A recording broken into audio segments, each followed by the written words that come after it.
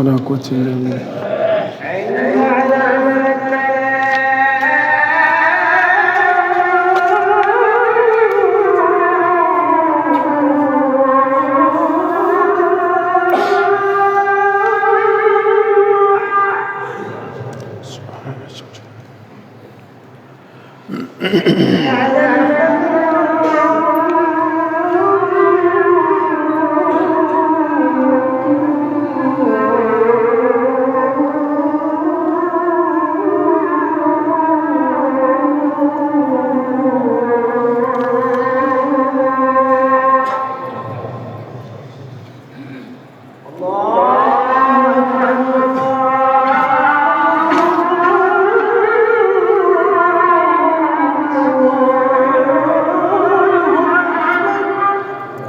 الله أكبر الله أكبر.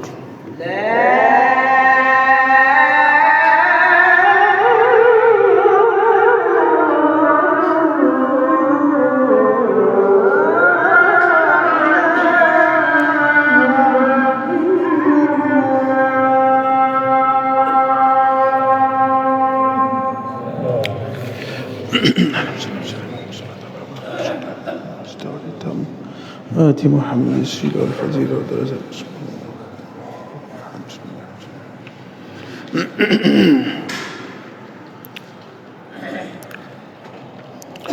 إن الحمد لله نحمده ونستعينه ونستغفره ونعوذ بالله من شرور أنفسنا ومن سيئات أعمالنا من يهده الله فلا مضل له ومن يضلل فلا هادي له وأشهد أن لا إله إلا الله وحده لا شريك له وأشهد أن محمدا عبده ورسوله الذي أرسله الله بالحق بشيرا ونذيرا وداعيا إلى الله بإذنه وسراجا منيرا. أما بعد فإن أصدق الحديث كتاب الله وخير الهدي هدي محمد صلى الله عليه وسلم وشر الأمور محدثاتها وكل محدثة بدعة وكل بدعة ضلالة وكل ضلالة في النار أو كما قال عليه الصلاة والسلام. عباد الله أوصيكم ونفسي بتقوى الله عز وجل فإن تقوى الله سبحانه وتعالى ملاك الحسنات وخير الزاد ليوم المعاد فاتقوا الله عباد الله. قال الله سبحانه وتعالى في كلامه المجيد أعوذ بالله من الشيطان الرجيم يا أيها الذين آمنوا اتقوا الله حق تقاته ولا تموتن إلا وأنتم مسلمون. وقال سبحانه وتزودوا فإن خير الزاد التقوى واتقوني يا أولي الألباب. فاتقوا الله وأخلصوا أعمالكم لله سبحانه وتعالى. قال الله سبحانه وتعالى في كلامه المجيد قل هل يستوي الذين يعلمون والذين لا يعلمون إنما يتذكر أولو الألباب.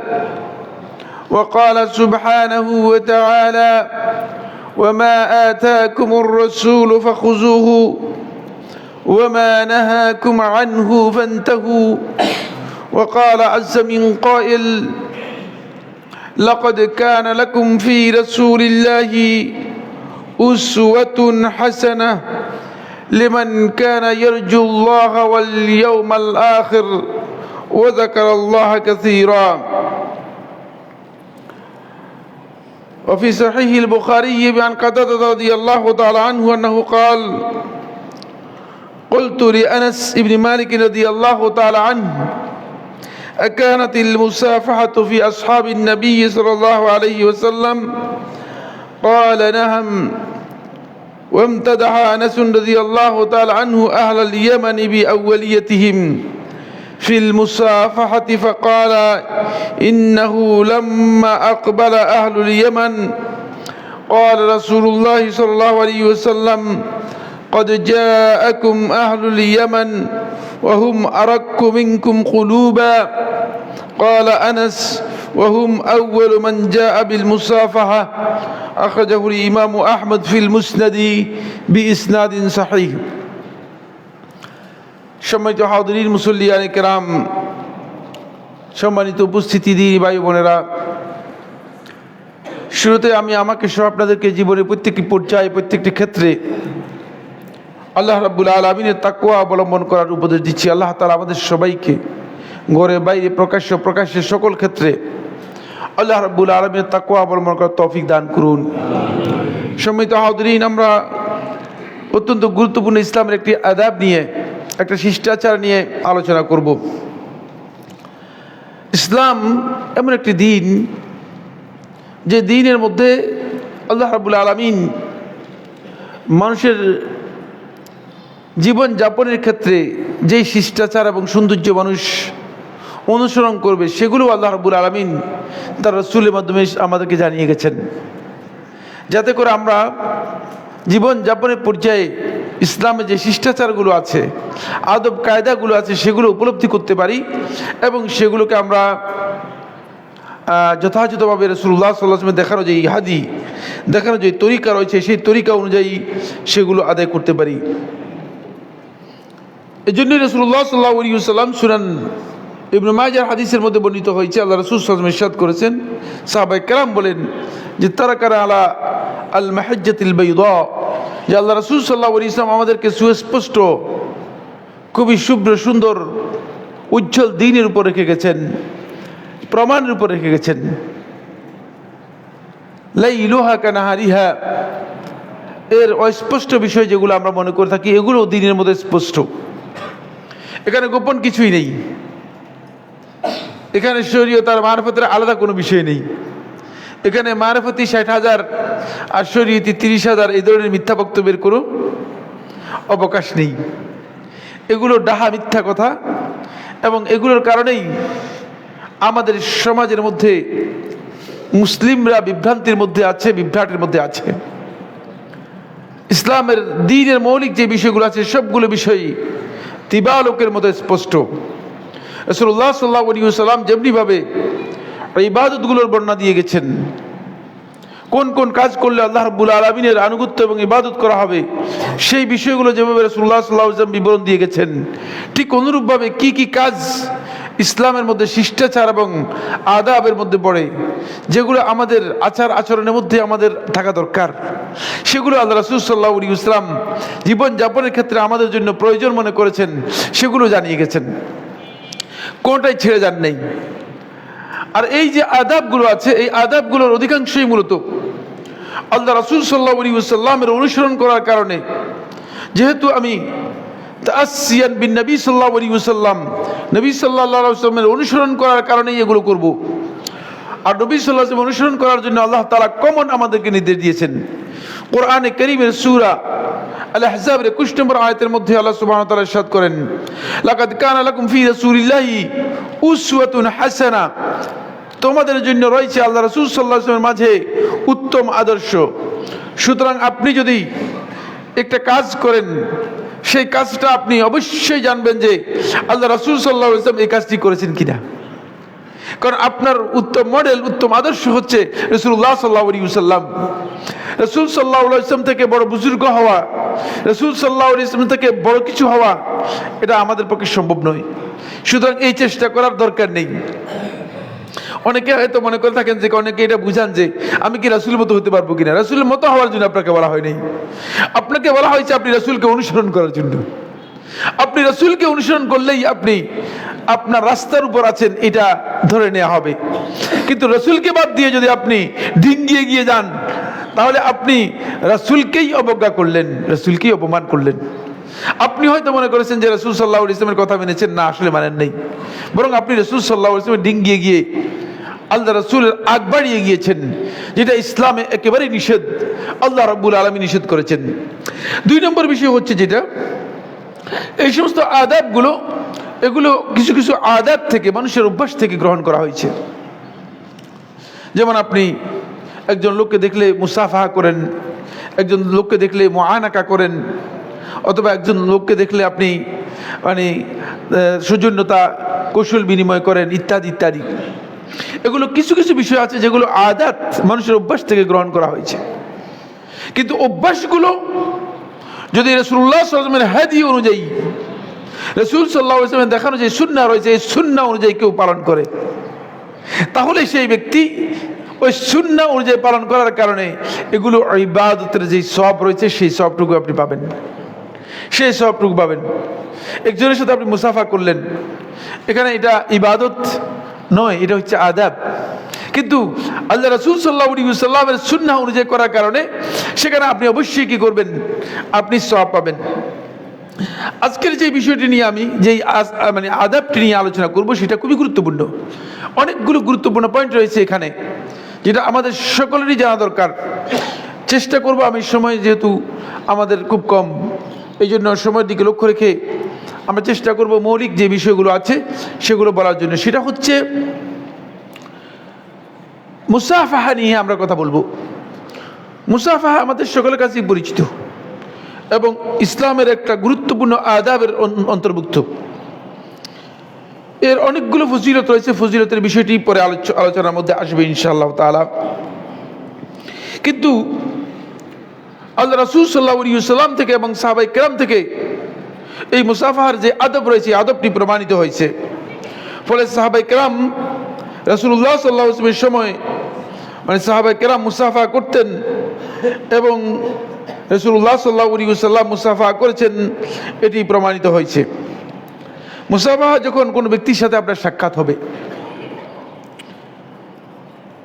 যে কোনো একজন আগন্তুক অথবা কোনো ব্যক্তির সাথে যখন আপনার সাক্ষাৎ হবে, তখন আপনি তার সাথে মুসাফাহা করবেন।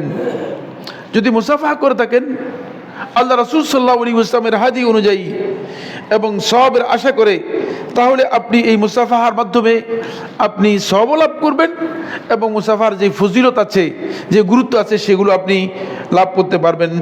সামনে এই বিষয় সম্পর্কে আমরা ইনশাআল্লাহ তাআলা কথা বলবো। ইসলাম মানুষকে অনুপ্রাণিত করেছে, উদ্বুদ্ধ করেছে মুসাফাহার জন্য। আপনি দেখেন, একজন ব্যক্তির সাথে আপনার কোনো না কোনো কারণে, হতে পারে সেটা অর্থনৈতিক কারণে, হতে পারে সেটা রাজনৈতিক কারণে, হতে পারে সেটা সামাজিক কারণে, হতে পারে সেটা অন্য কোনো কারণে, আপনার সাথে কোনো না কোনো কারণে একটা মনোমালিন্য রয়েছে, একটা মনের বিরোধ রয়েছে। কিন্তু আপনি যদি তার সাথে গিয়ে মুসাফা করেন, তাহলে দেখবেন যে আপনার এই বিরোধটা আস্তেই কেটে যাবে, কেটে যাবে। কারণ সেই লোকটা মনে করবে যে এই লোকটা আমার প্রতি যদি আন্তরিক না হতো এবং এই লোকটার অন্তরের মধ্যে যদি আমার প্রতি ভালোবাসা অথবা কিছুটা বন্ধুত্ব না থাকতো, তাহলে সে আমার সাথে এসে মুসাফা করতো না। আমাদের এই সমাজের মধ্যে এটা একেবারেই উঠে গিয়েছে। লোকদের সাথে আমাদের সাক্ষাৎ হয়, আমরা না মানুষদেরকে সালাম দেই, না মানুষদেরকে কি করি, মুসাফা করি।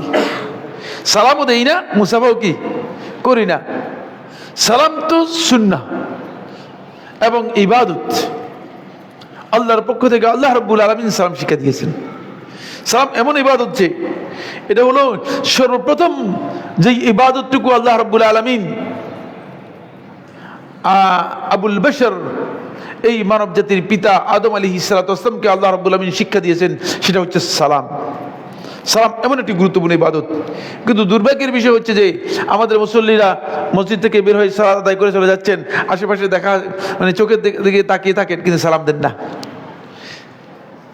আর অন্যরাও সালাম দেন না, তারা মনে করে যে উনি আমাকে সালাম দিবে। মুরব্বী দাঁড়ি বাঁকা, তিনি মনে করেন যে বাচ্চা পোলা আমাকে সালাম দিবে, সে সালাম দেন না, তো বেয়াদব কেন? না, আপনি বুঝতে পারেন নাই, আপনি সালামের ফজিলতও বুঝতে পারেন, সালামের মর্যাদাও বুঝতে পারেন নাই। আসেন, মুসাফাহাটা এটাও ঠিক অনুরূপভাবে যেমন ইসলাম অনুপ্রাণিত করেছে এবং এটা একটা ভালো প্রতিদান, ভালো একটা সওয়াবের কাজ, ভালো একটা সওয়াবের কাজ। মুসাফাহাটা কি? মুসাফাহা হচ্ছে এই যে এটাকে বলা হয় থাকে সাফহাতুল কাফ। এই সাফহাতুল কাফ একজন ব্যক্তির, সাফহাতুল কাফ একজন ব্যক্তির মানে হাতের এই এটাকে কি বলা হয় তাকে, মানে হাতের তালু যেটা রয়েছে, তালুর অংশটুকু, পিঠ না, হাতের তালুর অংশটুকু আরেকজন ব্যক্তির হাতের তালুর সাথে লাগানো এবং লাগিয়ে সেটাকে কি করা, ধরা, এটাকে বলা হয় থাকে মুসাফাহা। এটাকে আরবিতে বলা হয় থাকে মুসাফাহা।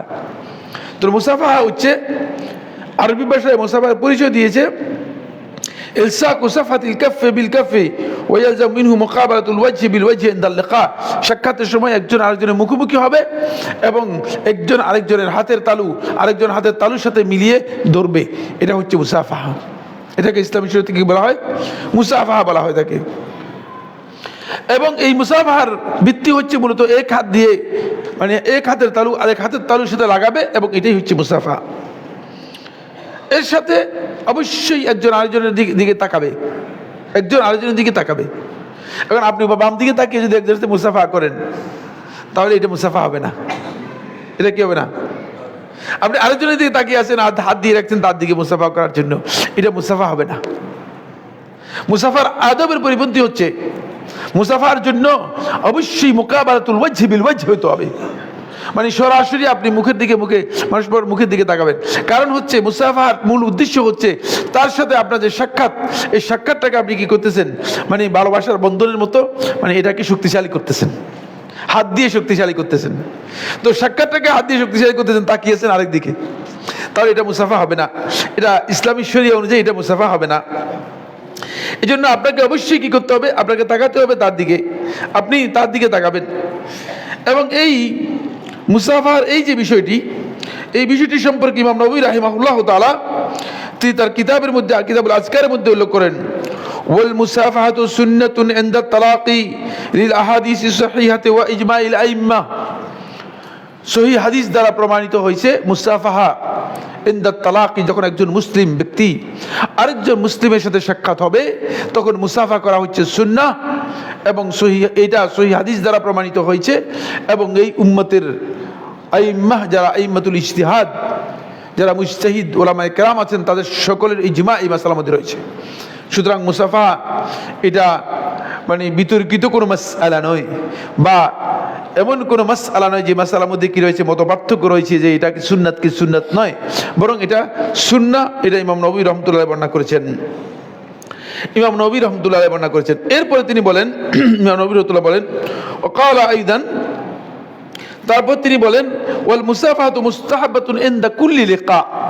প্রত্যেক সাক্ষাতেই মুসাফা করাটা হচ্ছে মুস্তাহাব। সুতরাং সাক্ষাৎ হলেই মুসাফা করতে পারবেন।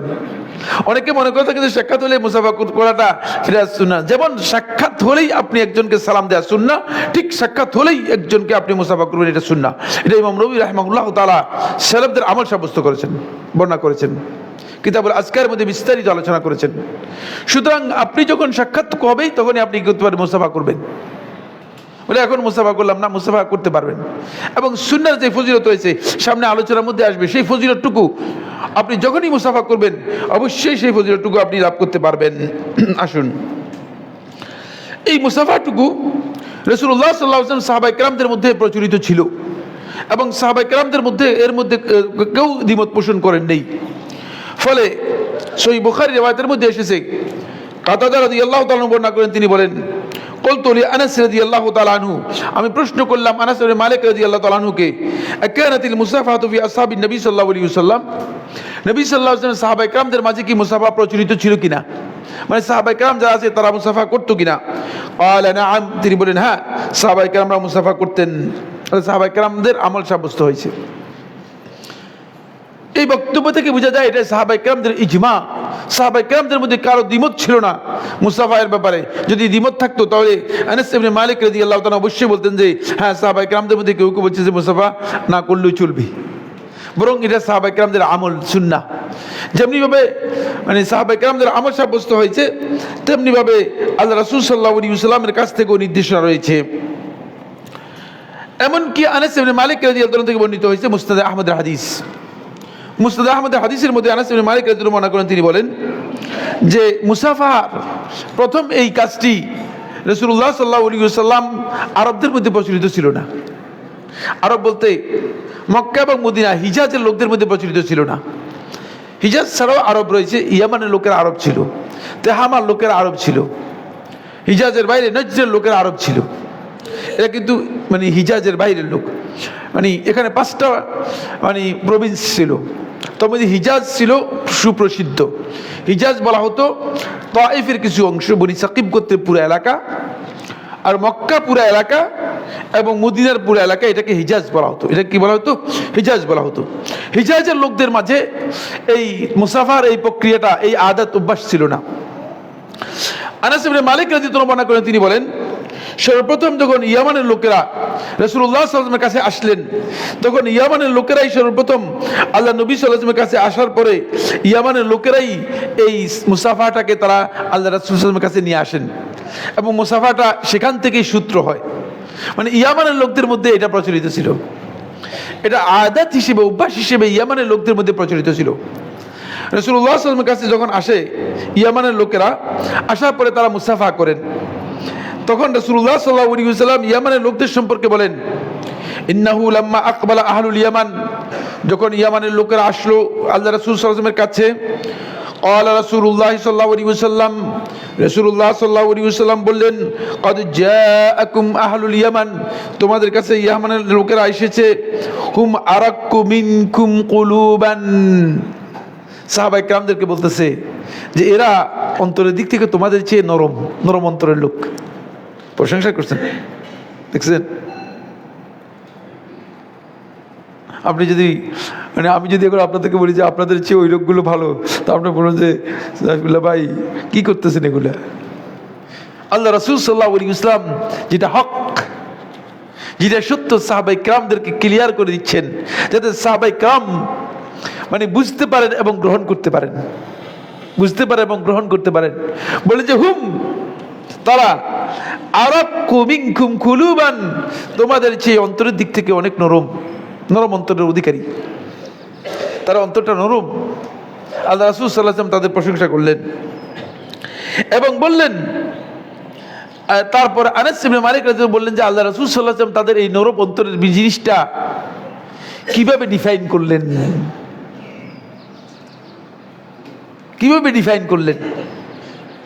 আল্লাহ রাসূল সাল্লাল্লাহু আলাইহি ওয়াসাল্লামের সাথে সাক্ষাৎ হওয়ার পরে শুধুমাত্র সাক্ষাৎটাকে যথেষ্ট মনে করলেন না, তারা সবাই রাসূলুল্লাহ সাল্লাল্লাহু আলাইহি ওয়াসাল্লামের মুসাফা করলেন। ওই যে এই সাক্ষাৎটাকে যে আপনি মুসাফার মাধ্যমে শক্তিশালী করেছেন, এটাই আল্লাহ রাসূল সাল্লাল্লাহু আলাইহি ওয়াসাল্লাম তাদের অন্তরের মানে নরম হওয়ার, অন্তর তাদের যে নরম এবং অনেক বেশি নরম, এর দলিল হিসেবে রাসূলুল্লাহ সাল্লাল্লাহু আলাইহি ওয়াসাল্লাম পেশ করেছেন। ফলে আনাস ইবনে মালিক রাদিয়াল্লাহু বর্ণনা করেন, তিনি বলেন, ওহুম আউয়ালু মান জাআ বিল মুসাফাহা, তারাই সর্বপ্রথম যারা আল্লাহ রাসূল সাল্লাল্লাহু আলাইহি ওয়াসাল্লামের কাছে মুসাফাটা নিয়ে আসছে। এসে সবাই এসে রাসূল সাল্লাল্লাহু আলাইহি ওয়াসাল্লাম মুসাফা করেছে। রাসূলুল্লাহ দেখলেন যে কিরে, সাহাবায়ে কেরামদের মাঝে এটা ছিল না। রাসূল সাল্লাল্লাহু আলাইহি ওয়াসাল্লাম তখন তাদেরকে একটি ঘোষণা দিলেন। সুতরাং এই হাদিস এবং এই দুটি বক্তব্য থেকে ক্লিয়ার একটি বিষয় স্পষ্ট বোঝা যায়, সেটা হচ্ছে এই মুসাফাহা হচ্ছে এমন একটি বিষয়, এটি আপনার অন্তরের বিনম্রতা এবং কোমলতার একটা প্রমাণ, দলিল। আপনি কোন একজন ব্যক্তির প্রতি আপনার অন্তরটা কতটুকু কোমল সেটা আপনি দেখবেন, এটা দলিল। আপনি আপনার স্ত্রীর প্রতি আপনার অন্তরটা কেমন, আপনার সন্তানদের প্রতি আপনার অন্তরটা কেমন। আপনি তো জীবনে কোনোদিন মুসাফা করে নিনি, ঠিক না? সামনে এটা আলোচনার মধ্যে আসবে, সময় পাবো কিনা আমি জানি না, সময় হয়তো নাও হইতে পারে। ফলে এই হাদিস থেকে এটা বোঝা যায় যে মানে অন্তরকে নরম করতে হলে, কারো প্রতি অন্তরের ভালোবাসাটা, ঋদ্ধতা যদি বৃদ্ধি করতে হয়, তাহলে এর একটা পদ্ধতি, এর একটা আদব বা শিষ্টাচার রাসূলুল্লাহ সাল্লাল্লাহু আলাইহি ওয়াসাল্লামের কাছ থেকে আমরা পেয়েছি। সেটা হচ্ছে আপনি মুসাফা করবেন, সেটা হচ্ছে মুসাফা করবেন। দুই নম্বর হচ্ছে মুসাফাটা, এটি রাসূলুল্লাহ সাল্লাল্লাহু আলাইহি ওয়াসাল্লাম সাহাবায়ে কেরামদের আমল হওয়ার কারণে আল্লাহ রাসূল সাল্লাল্লাহু আলাইহি ওয়াসাল্লাম এবং সাহাবায়ে কেরামদের সুন্নাত হিসেবে এটা সাব্যস্ত হয়েছে। সুতরাং এটা ইবাদতের অংশ হিসেবে গ্রহণযোগ্য হবে এবং এটাকে ইবাদত হিসেবে গ্রহণ করতে পারবেন। এটাকে কেউ যদি ইবাদত হিসেবে গ্রহণ করেন তিনি সওয়াব পাবেন।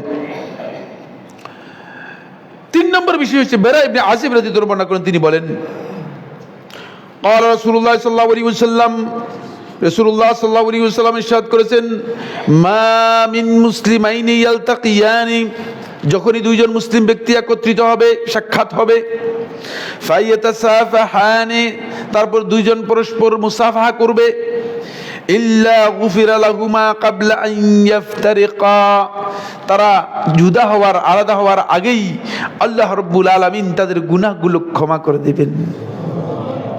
কাজটা ছোট না, কিন্তু কাজটার গ্রেড এবং পাওয়ার, সওয়াব এবং ফজিলত অনেক বেশি। সওয়াব এবং ফজিলত কি অনেক বেশি। আপনি তো তাচ্ছিলের সাথে দেখছেন, আপনি তাচ্ছিলের সাথে দেখছেন, দেখা হলে আপনি মুসাফা করেন না, দেখা হলেও কি মুসাফা করেন না, কিন্তু আল্লাহ রাসূল সাল্লাল্লাহু আলাইহি ওয়াসাল্লাম ক্লিয়ার বলে দিচ্ছে, দেখছেন যে যখনই মুসলিম ব্যক্তি এই কাজটি করবে, আবু দাউদের riwayতের মধ্যে এসেছে, নাসরুদ্দিন আলবানী রাহিমাহুল্লাহ তাআলা সহিহ বলেছেন, তখনই আল্লাহ রাব্বুল আলামিন গুফিরা লাহু ক্বাবলা আন ইফতারিকা, তারা বিচ্ছিন্ন হওয়ার, আলাদা হওয়ার আগেই ক্ষমা করে দিবেন আল্লাহ তাআলা, গুনাহগুলো ক্ষমা করে দিবেন। তাহলে গুনাহ যদি আপনি ক্ষমা চান, তাহলে আপনার জন্য মুসাফাটা খুবই গুরুত্বপূর্ণ, এবং মুসাফার মাধ্যমে আপনি আপনার নিজের গুনাহগুলো কি করতে পারবেন, ক্ষমা করতে পারবেন, ক্ষমা করে নিতে পারবেন। এরপরে যে বিষয়টি সেটা হলো এই, রাসূলুল্লাহ সাল্লাল্লাহু আলাইহি ওয়াসাল্লাম হাদিসের মধ্যে ইরশাদ করেছেন, মুসাফাহাটা ভালোবাসা এবং আপনার পরস্পরের মধ্যে সৌহার্দ্য ও সম্প্রীতি তৈরি করার মাধ্যম, উপায়। মুসাফাহাটা হচ্ছে ভালোবাসা, পরস্পরের প্রতি সম্প্রীতি, এই জিনিস তৈরি করার এটা উপায় এবং মাধ্যম হচ্ছে মুসাফাহা। ফলে মুসাফাহা যখন করবে, যিনি মুসাফা করবেন, যে দুইজন মুসাফা করবে, তাদের দুইজনের অন্তরের মধ্যে আল্লাহ রাব্বুল আলামিন ভালোবাসা এবং সম্প্রীতি ঢেলে দিবেন। আল্লাহ রাব্বুল আলামিন ভালোবাসা এবং সম্প্রীতি ঢেলে দিবেন। আপনি দেখেন এখানে অনেকগুলো হাদিস রয়েছে, সময়ের কারণে আমি সবগুলো বলতে পারতেছি না, একটি হাদিস বলছি, সেটি হলো যখন কাব ইবনে মালিক রাদিয়াল্লাহু তাআলা আনহু, তিনি যখন তাবুকের যুদ্ধে অংশগ্রহণ করতে পারলেন না, এবং তিনি আল্লাহ রাসূল সাল্লাল্লাহু আলাইহি ওয়াসাল্লাম মসজিদের মধ্যে নিজেকে আবদ্ধ করে নিলেন, আল্লাহ রাব্বুল আলামিনের পক্ষ থেকে কাব ইবনে মালিক রাদিয়াল্লাহু তাআলা আনহু তওবার ঘোষণা যখন নাজিল হলো, সূরা তওবার মধ্যে দেখে নেবেন, ওয়ালা সালাসাতি আল্লাযিনা খুল্লিফু, এই আয়াতের তাফসীরের মধ্যে বিস্তারিত আলোচনা রয়েছে। পুরো ঘটনা বললে তাহলে আর আজকের খুতবা হবে না, এই জন্য আজকের খুতবার জন্য শুধু একটু ইঙ্গিত দিয়ে দিলাম। ওই তিনজন সাহাবী যারা তাবুকের যুদ্ধে অংশগ্রহণ করতে পারেননি, তাদের মধ্যে একজন ছিলেন কাব ইবনে মালিক রাদিয়াল্লাহু তাআলা আনহু। তিনি আল্লাহ রাসূল সাল্লাল্লাহু আলাইহি ওয়াসাল্লামের কাছে তওবা করে মসজিদে নববীর খুঁটির মধ্যে নিজেকে বেঁধে রেখেছেন। বলছেন যে আল্লাহর পক্ষ থেকে যতক্ষণ পর্যন্ত আল্লাহ রাব্বুল আলামিন আমার ব্যাপারে আয়াত নাজিল করে আমাকে ক্ষমা না করবে, ততক্ষণ পর্যন্ত আমি এখান থেকে নিজেকে ছাড়বো না। সুবহানাল্লাহ। দেখেন, এরপরে আল্লাহ সুবহানাহু ওয়া তাআলা তার ব্যাপারে আল্লাহ রাব্বুল আলামিন আয়াত নাজিল করলেন, এই তিনজনের ব্যাপারে আয়াত নাজিল করলেন, এবং তাদের তওবা কবুলের ব্যাপারে আল্লাহ তাআলা ঘোষণা দিলেন। আল্লাহ রাব্বুল আলামিন জানিয়ে দিলেন যে আল্লাহ রাব্বুল আলামিনের পক্ষ থেকে তাদের তওবা কবুল হয়েছে। যখন এই তওবা কবুলের কথা আসলো, তখন এই তওবা কবুলের বিষয়ে কাব ইবনে মালিক রাদিয়াল্লাহু তাআলা নিজে যখন শুনলেন, তিনি খুবই আনন্দিত এবং খুশি হলেন, এবং অন্তরের মধ্যে তার একটা বড় ধরনের প্রভাব বিস্তার করলো। আর এই খবর নিয়ে দৌড় দিয়ে তার কাছে আসলেন তালহা ইবনে উবাইদুল্লাহ রাদিয়াল্লাহু তাআলা আনহু। তালহা ইবনে উবাইদুল্লাহ রাদিয়াল্লাহু তাআলা আনহু ওই 10 জনের মধ্যে একজন, যাদেরকে রাসূলুল্লাহ সাল্লাল্লাহু আলাইহি ওয়াসাল্লাম জান্নাতে সুসংবাদ দিয়েছেন, তাদের মধ্যে একজন। তালহা ইবনে উবাইদুল্লাহ রাদিয়াল্লাহু তাআলা ক্বালা কাব রাদিয়াল্লাহু তাআলা বলেন, হাত্তা দাখালতুল মসজিদ, আমি মসজিদে প্রবেশ করলাম, ফাইজা রাসূলুল্লাহ সাল্লাল্লাহু আলাইহি ওয়াসাল্লাম জালিসুন হাওলাহুন নাস, আমি মসজিদে প্রবেশ করে দেখতে পেলাম যে রাসূলুল্লাহ সাল্লাল্লাহু আলাইহি ওয়াসাল্লাম মসজিদের মধ্যে বসে আছেন, তার চতুর্দিকে একদল লোক বসে আছে, তারা একসাথে হয়ে বসে আছে। ফাকামা ইলাইয়া তালহা ইবনে উবাইদুল্লাহ ইউহারউল, দৌড় দিয়ে আমি যখন আমাকে দেখলো যে আমি মসজিদে প্রবেশ করতেছি, তালহা ইবনে উবাইদুল্লাহ দৌড় দিয়ে আমার দিকে আসলেন। দৌড় দিয়ে আসার পরে হাত্তা সাফাহানি, প্রথমেই আমার সাথে মুসাফা করলো, ওয়া হান্নাআনি, এবং আমাকে অভিবাদন জানাইলো। আমাকে অভিবাদন জানাইলো। ওয়াল্লাহি মা কামা ইলাইয়া রাজুলুন মিনাল মুহাজিরিনা গায়রুহু, মুহাজিরদের মধ্য থেকে আর কেউ তলহা ইবনে উবাইদুল্লাহ ছাড়া আর কেউ না আমার এভাবে আমাকে আমার কাছে আসে নাই এবং আমাকে কি করে নাই, অভিবাদন জানাই নাই। ওয়ালা আনসাহা লিতালহাতা, সুতরাং তলহার এই কাজটি আমি মৃত্যু পর্যন্ত কোনোদিন ভুলবো না। সহিহ বুখারী এবং মুসলিমের হাদিস। সেই কিছু কিছু প্রেক্ষাপট, কিছু কিছু অবস্থা মানুষের এমন যে সে অবস্থাটি তাকে স্পষ্ট করে দেয় যে তিনি আসলে কারোর জন্য তার অন্তরের মধ্যে কি ভালোবাসা আছে, এটা বুঝে যায়। এই সাহাবী এখানে স্পষ্ট করেছেন যেটা, সেটা হলো এই যে কোনো ব্যক্তির যদি কোনো সুসংবাদ থাকে তাহলে আপনি তার কাছে গিয়ে মুসাফাহা করে তাকে সেই সুসংবাদ দেওয়াটা, এটা আল্লাহ রাসূল সাল্লাল্লাহু আলাইহি ওয়াসাল্লামের কাছে অত্যন্ত পছন্দনীয় কাজগুলোর মধ্যে একটি। রাসূলুল্লাহ সাল্লাল্লাহু আলাইহি ওয়াসাল্লামের কাছে যে পছন্দনীয় কাজগুলো আছে তার মধ্যে একটি হচ্ছে আপনি ওই ব্যক্তির কাছে যাবেন, মুসাফাহা করবেন এবং তাকে ওই সুসংবাদটুকু দিয়ে দিবেন। এতে আপনি আপনার অন্তরের মধ্যে আল্লাহ রাব্বুল আলামিন তার জন্য ভালোবাসা আল্লাহ রাব্বুল আলামিন ঢেলে দিবেন, যেটা কাব রাদিয়াল্লাহু তাআলার অন্তরের মধ্যে তলহা ইবনে উবাইদুল্লাহ রাদিয়াল্লাহু তাআলার জন্য ঢেলে দিয়েছিলেন, আল্লাহ রাব্বুল আলামিন ঢেলে দিয়েছিলেন। এজন্য সেই ভালোবাসাটুকু পাবেন যদি আপনি মুসাফা করতে পারেন। এরপরে 4 নম্বর পয়েন্ট হচ্ছে যেটা, সেটা হলো এই মুসাফাহা আপনার অন্তরের মধ্যে কারোর জন্য যদি বিদ্বেষ থাকে, কারোর জন্য যদি ঘৃণা থাকে, কারোর প্রতি যদি আপনার অবজ্ঞা থাকে, সেই ঘৃণা বিদ্বেষকে দূর করে পরিষ্কার করে দেয়। অন্তরটা পরিষ্কার করার পদ্ধতি হচ্ছে এটি। অন্তরগুলো পরিষ্কার হয় কিসের মাধ্যমে? অন্তর পরিষ্কার হয়ে থাকে কিছু আখলাক এবং কিছু উত্তম আচরণের মাধ্যমে। তার মধ্যে এই উত্তম আচরণের একটি আচরণ হচ্ছে আপনি যার সাথে আপনার কোনো কারণে বিদ্বেষ আছে তার সাথে গিয়ে আপনি মুসাফা করবেন, আপনার সেই বিদ্বেষটুকু দূর হয়ে যাবে। যে আতা ইবনে আবি রাবাহ আল খুরাসানি রাহিমাহুল্লাহ তাআলা বর্ণনা করেন, তিনি বলেন কাল তাসাফাহু ইয়াজহাবুল গিল্লু, তোমরা পরস্পর মুসাফাহা করো তাহলে ইয়াজহাবুল গিল, তোমাদের অন্তরের মধ্যে যে বিদ্বেষ আছে সেই বিদ্বেষ দূর হয়ে যাবে। ওয়া তাহাদাউ তাহাব্বু, আর তোমরা পরস্পর হাদিয়া বিনিময় করো, তাহাব্বু, তাহলে তোমাদের মধ্যে ভালোবাসা তৈরি হবে। ওয়া তাযহাবুশ শাহনা, এবং তোমাদের অন্তরের মধ্যে যে ঘৃণা আছে সেই ঘৃণাটুকু তোমাদের দূর হয়ে যাবে। ওয়াকাল আবু মিজলাজ রাহিমাহুল্লাহ তাআলা বলেন আল মুসাফাহাতু তাজলিবুল মাওয়াদ্দা, মুসাফাহা এমন একটি কাজ যে কাজের মাধ্যমে একজন ব্যক্তি তার ওই ব্যক্তির সম্প্রীতি এবং ভালোবাসাটা নিজের জন্য কি করতে পারে, সে অর্জন করতে পারে, সে নিজের জন্য অর্জন করতে পারে। কালা ফদল ইবনে জিয়াদা রাহিমাহুল্লাহ তাআলা বলেন সাফাহাতু আবা আব্দুল্লাহ, আমি আবু আব্দুল্লাহ ইমাম আহমদ ইবনে হাম্বল রাহমাতুল্লাহ আলাইহির সাথে একদিন সাক্ষাৎ হলো। সাক্ষাৎ হওয়ার পর তার সাথে মুসাফা করলাম, গায়রা মাররাতিন, একাধিকবার মুসাফা করলাম। ওয়াবতাদানি বিল মুসাফাতে, যতবারই আমি তার সাথে সাক্ষাৎ হয়েছে এবং মুসাফা করেছি আমি দেখেছি যে ইমাম আবু আব্দুল্লাহ আহমদ ইবনে হাম্বল রাহিমাহুল্লাহ তাআলা তিনি সর্বপ্রথম আমার সাথে মুসাফা করেছেন, আমি আগে মুসাফা করতে পারিনি। মানে এটা বুঝাচ্ছে যে আহলে ইলম যারা ছিলেন, আলেমরা যারা ছিলেন, তারা এই ব্যাপারে অগ্রাধিকার দিতেন। ওয়া রাআইতুহু ইউসাফিহু নাস কাসীরান, এবং আমি দেখেছি তাকে, তিনি মানুষের সাথে অধিক পরিমাণে মুসাফা করতেন। এই জন্য অধিক পরিমাণে মুসাফা করতেন যে অধিকাংশ লোকের ভালোবাসা তার জন্য ছিল, এবং তিনি এর মাধ্যমে ভালোবাসা মানুষের কি করতেন, মানুষের ভালোবাসা তিনি অর্জন করার জন্য চেষ্টা করতেন। মুসাফার ব্যাপারে, এর ফজিলতের ব্যাপারে আরও কয়েকটি কথা আলোচনা করে তারপরে মুসাফার কিছু আহকাম সম্পর্কে আপনাদের সাথে কথা বলবো।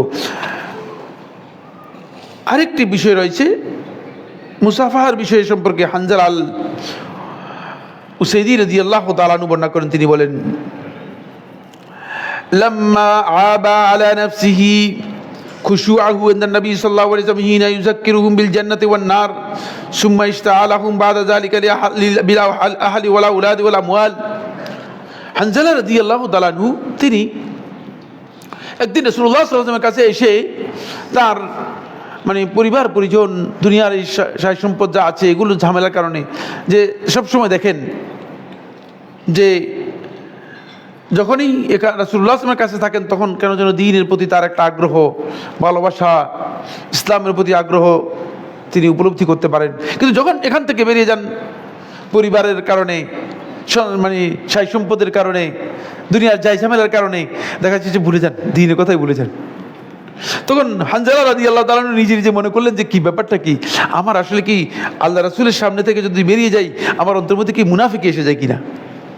তখন হানজালা রাদিয়াল্লাহু তাআলা আনহু তিনি আল্লাহ রাসূল সাল্লাল্লাহু আলাইহি ওয়াসাল্লামের কাছে এসে অভিযোগ করলেন, বললেন যে রাসূলুল্লাহ, আমরা মনে হচ্ছে যেন আপনার কাছ থেকে সরে যাওয়ার কারণে আমরা দেখা যাচ্ছে যে আমরা মনে হচ্ছে যেন আমরা দুনিয়ার প্রতি আকৃষ্ট হয়ে যাই এবং পরিবার পরিজনের প্রতি আমরা নিজেরা আকৃষ্ট হয়ে যাই এবং আমরা মনে হচ্ছে যেন সব কিছু বলে যাই, এখন আমরা কি করতে পারি। তখন রাসূলুল্লাহ সাল্লাল্লাহু আলাইহি ওয়াসাল্লাম বললেন, তোমরা আমার কাছে যখন থাকো, যেহেতু আমার কাছে থাকার কারণে, ওহীর সংস্পর্শে থাকার কারণে, ওহীর সাথে থাকার কারণে তোমরা এমন একটা অবস্থানে থাকো যে অবস্থানে যদি তোমরা দুনিয়ার অন্য সময় থাকতে তাহলে তোমাদের অবস্থা এমন হতো যে আল্লাহর পক্ষ থেকে ফেরেশতারা এসে তোমাদের সাথে মুসাফা করত। মর্যাদার তোমরা এমন এক স্থানে পৌঁছে যেতে, ফেরেশতারা এসে তোমাদের সাথে কি করতো, মুসাফা করতো। ফেরেশতারা এসে মুসাফা করতো, ফেরেশতারা পর্যন্ত তোমাদের প্রতি আকৃষ্ট হয়ে তোমাদের সাথে মুসাফা করতো। যেহেতু এই নিয়ম আল্লাহ তাআলা করেন নেই বান্দাদের জন্য, বান্দাদেরকে আল্লাহ রাব্বুল আলামিন কিছুক্ষণ দিনের জন্য, কিছু সময় দুনিয়ার জন্য এভাবে আল্লাহ রাব্বুল আলামিন কি করেছেন, ভাগ করে দিয়েছেন। সুতরাং এতে অস্থির হওয়ার কোনো কারণ নেই। এটা মুনাফিকের লক্ষণ নয়, বরং এটা তোমাদের মধ্যে যে ঈমান আছে সেই ঈমানের লক্ষণের চিঠি, সেই ঈমানের লক্ষণের চিঠি। ফলে এই মুসাফাহা রাসূলুল্লাহ সাল্লাল্লাহু আলাইহি ওয়াসাল্লাম সাক্ষাতের ক্ষেত্রে আল্লাহ নবী সাল্লাল্লাহু আলাইহি ওয়াসাল্লাম সবাইকে কি করেছেন, মুসাফার হুকুম দিয়েছেন। মুসাফার অন্যতম একটি হুকুম হচ্ছে, যিনি মুসাফা করবেন তিনি মুসাফার সময় অবশ্যই তার সাথে হাসি মুখে সাক্ষাৎ করবেন এবং হাসি মুখে মুসাফা করবেন এবং নিজে মুসাফার সময় তিনি তার আনন্দ বা খুশির বিষয়টি কি করবেন, প্রকাশ করবেন। ইমাম আহমদ বিন হাম্বল রাহিমাহুল্লাহ তাআলা মুসনাদে বর্ণনা করেন, আন আবি যর রাদিয়াল্লাহু তাআলা আনহু, আবু যর রাদিয়াল্লাহু তাআলা তিনি বলেন, রাসূলুল্লাহ সাল্লাল্লাহু আলাইহি ওয়াসাল্লাম ইরশাদ করেছেন, ক্বাল নবী সাল্লাল্লাহু আলাইহি ওয়াসাল্লাম, লা তাহকারনা মিনাল মা'রুফি শাইআন, ভালো কাজ যতই ক্ষুদ্র হোক না কেন খবরদার এটাকে তুচ্ছ তাচ্ছিল্য করো না, ছোট মনে করো না। ওলাউ আনতাল কাখাকা বিওয়াজহিন তালিক, যদিও তুমি তোমার ভাইয়ের সাথে সাক্ষাৎ করো বিওয়াজহিন তালিক, একেবারেই হাসি মুখে সাক্ষাৎ করো। রাওয়াহু মুসলিম, সহিহ মুসলিমের মধ্যে এসেছে। অন্য রাওয়াতের মধ্যে এসেছে, ওলাউ আন তুকাল্লিমা আখাকা ওয়াজহাকা ইলাইহি মুনবাসিত, যখন তুমি তোমার ভাইয়ের সাথে কথা বলবে তখন সব সময় হাসি মুখে কথা বলার জন্য চেষ্টা করবে। এটা আমাদের অন্যতম গুরুত্বপূর্ণ দিক। তো মুসাফা এর ক্ষেত্রেও ঠিক একই বিধান, সেটা হচ্ছে এই, যখন আপনি মুসাফা করবেন তখন মুসাফা এর ক্ষেত্রে অবশ্যই আপনাকে কি করতে হবে, আপনি হাসি মুখে মুসাফা করবেন। মুসাফার অন্যতম আহকাম হচ্ছে, সুন্নাহ বা বিধান হচ্ছে মুসাফা করবেন হাসি মুখে। এরপর আরেকটি আহকাম হচ্ছে যেটা, সেটা হলো এই, মুসলিম ব্যক্তি লা ইয়াবদাউল কাফির বিহা, মুসাফা কাফের ব্যক্তিকে প্রথমে মুসলিম গিয়ে মুসাফা করবে না, যেমনিভাবে মুসলিম ব্যক্তি প্রথম কাফের ব্যক্তিকে সালাম দেবে না। এই মাসআলার মধ্যে আলেমদের ইখতিলাফ রয়েছে, কিন্তু বিশুদ্ধ বক্তব্য হচ্ছে মুসলিম কাফের ব্যক্তিকে প্রথমে সালাম দেবে না। যদি কাফের ব্যক্তি সালাম দেয় তাহলে মুসলিম সালামের কি দিবে, সালামের উত্তর দিবে, সালামের উত্তর দিবে। মুসলিম বলবে ওয়া আলাইকুম। আর মুসলিম ব্যক্তি যদি মুসলিম ব্যক্তিকে কাফের ব্যক্তি সালাম মুসাফা করে তাহলে মুসলিম ব্যক্তি তার সাথে মুসাফা করবে। রাসূলুল্লাহ সাল্লাল্লাহু আলাইহি ওয়াসাল্লাম ইরশাদ করেন, লা তাবদাউল ইয়াহুদ ওয়ালান নাসারা বিসসালাম, তোমরা ইহুদি খ্রিস্টান যারা আছে, আহলে কিতাব যারা আছে তাদেরকে সালাম দিয়ে শুরু করবে না। অর্থাৎ তোমরা প্রথমে নিজেদের পক্ষ থেকে আগ্রহী হয়ে তাদেরকে সালাম দিবে না। সহিহ মুসলিমের রাওয়াতের মধ্যে এসেছে, লাকিন যদি ইনবাদা আল কাফিরু বিল মুসাফাহা, যদি কাফের তোমাকে মুসাফা করে, কাফের এসে আপনার সাথে মুসাফা করে, তাহলে আপনি কাফেরের সাথে মুসাফা করবেন এবং কাফেরের সাথে সালামের উত্তর দিবেন। তবে সেই উত্তরটুকু শুধুমাত্র ওয়া আলাইকুমের মাধ্যমে হবে, ওয়া আলাইকুমের মাধ্যমে হবে। কারণ আল্লাহ সুবহানাহু ওয়া তাআলা কোরআনে কারীমের সূরা নিসায়ের ৮৬ নম্বর আয়াতের মধ্যে আল্লাহ তাআলা বলেছেন, ওয়া ইযা হুয়িতুম বিতাহিয়াতিন ফাহাইয়ু বিআহসানা মিনহা আও রুদ্দুহা, যখন তোমাদেরকে কোন ব্যক্তি অভিবাদন জানাবে, কোন ব্যক্তি যখন তোমাদেরকে সালাম দেবে তাহলে উত্তমভাবে সেই সালামের জবাব দিবে, অথবা শুধু যতটুকু জবাব দেওয়া দরকার ততটুকু জবাব দিবে। সুতরাং সেক্ষেত্রে আপনি সালাম দিবেন।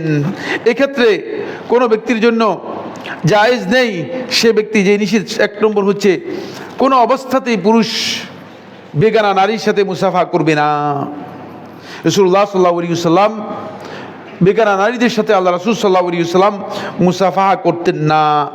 সুতরাং এমনকি রাসূলুল্লাহ সাল্লাল্লাহু আলাইহি ওয়াসাল্লাম নারীদের বায়াত গ্রহণ করেছেন, কিন্তু রাসূলুল্লাহ সাল্লাল্লাহু আলাইহি ওয়াসাল্লাম নারীদের কাছ থেকে কখনো কি করতেন না? হাতে বায়াত গ্রহণ করতেন না। রাসূলুল্লাহ হাতে বায়াত গ্রহণ করতেন না।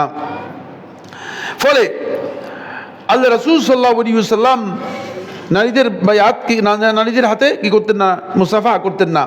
কিন্তু আপনার বেগানা নারী ছাড়া যদি আপনার মাহারেম হয়ে থাকে, যাদের সাথে বিবাহ বন্ধন হারাম, যারা আপনার আত্মীয়, সেটা আপনার স্ত্রী হতে পারে, আপনার মা হতে পারে, আপনার বোন হতে পারে, আপনার খালা হতে পারে, তাহলে তাদের সাথে আপনি মুসাফা করতে পারবেন। তাদের সাথে আপনি কি করতে পারবেন? মুসাফা করতে পারবেন। এবং তাদের সাথে মুসাফা করতে কোনো ধরনের নিষেধ নেই। বরং ইমাম তাবারানী রাহিমাহুল্লাহ তাআলা তার মুসনাদের মধ্যে উল্লেখ করেছেন যে মানে এই সমস্ত ব্যক্তিদের সাথে যদি গায়রুল মাহারেম হয়ে থাকে, তাদের সাথে মুসাফা করা মানে এটা মানে বিভিন্ন সমাজের মধ্যে উরফ হিসেবে পরিচিত ছিল। তারা মুসাফা করত, আল্লাহ রাসূল সাল্লাল্লাহু আলাইহি ওয়াসাল্লামের সময়ও পরিচিত ছিল। সুতরাং সেক্ষেত্রে আপনি মুসাফা করতে পারেন, কিন্তু বেগানা নারীদের সাথে মুসাফা করতে পারবেন না। মুসাফার সময় নিষিদ্ধ আরেকটি কাজ হচ্ছে আল ইনহিনা। এটা আমাদের সমাজের মধ্যে আছে। সেটা হলো এই, অনেককে দেখা যায় যে মুসাফা করার সময় তারা একেবারেই ঝুঁকে নুয়ে এটা একটা অভ্যাসে পরিণত হয়েছে। এটা নিষিদ্ধ।